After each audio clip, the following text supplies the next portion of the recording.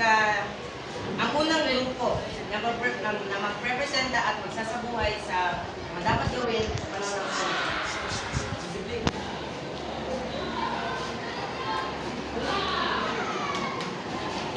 Hay nako, ano ba yung ginagawa niyo? Palagi meron kayo naglalaro. Hoy, ikaw na. Huwag ka naglalaro kapag nakasamsak yung charger mo. Tanggalin mo yan, ha? Oo, Nay. Naiintindihan mo ba ako? Oo. Fit gitu ya yang kartu.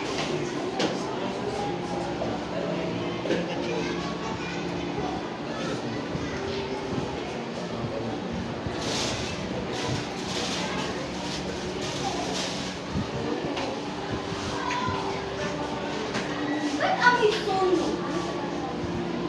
Ikaw, kuya. Ba't amoy sunog? Wala, tanongin mo si Noy. Ikaw, ba't amoy sunog? Wala.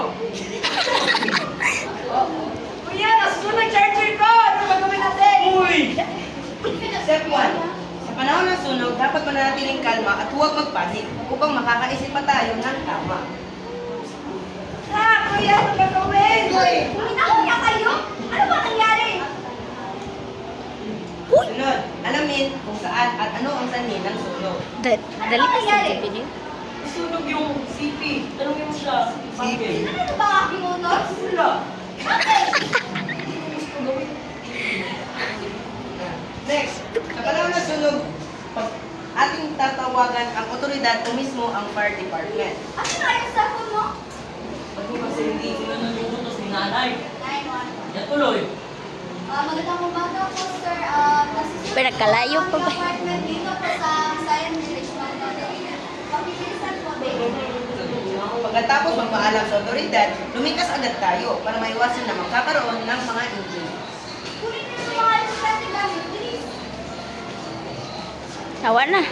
Next is ang pagkuha ng duck cloth at pag mayroong usok, takpan natin ang ating bibig at ilong para maiwasan ang paglanghap nito. Hindi ako nakakahinga. Bilisan nyo. Dali na tayo. Next, sa paglikas natin sa sunog, ating aalahin na hindi tayo gumamit ng elevators. Bakit? Dahil sa usok at kumaabot ito sa elevator shaft at pangatungo sa malfunction. Instead, magda na bato ang ating gagamitin. Sa elevator tayo para mas mabilis. Hindi, bintana na lang. Tama ba? Ano ba kayo? Kung ma-elevator tayo, baka ma-stuck tayo doon. At kung magbintana tayo, baka mamatay tayo ng maaga. Oo nga. Saan tayo? Sa... Ano lang, sa car exit. Sige, sige, sige. Kondo ilang balay. At syempre, huwag tayo bumalik sa gusali dahil hindi pa sabi ng mga otoridad na ligtas na.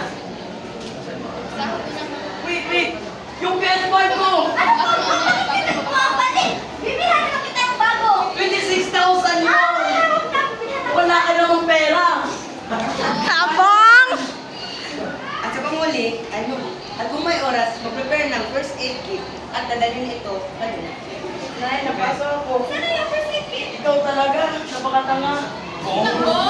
Bo. Sige. Napakatanga.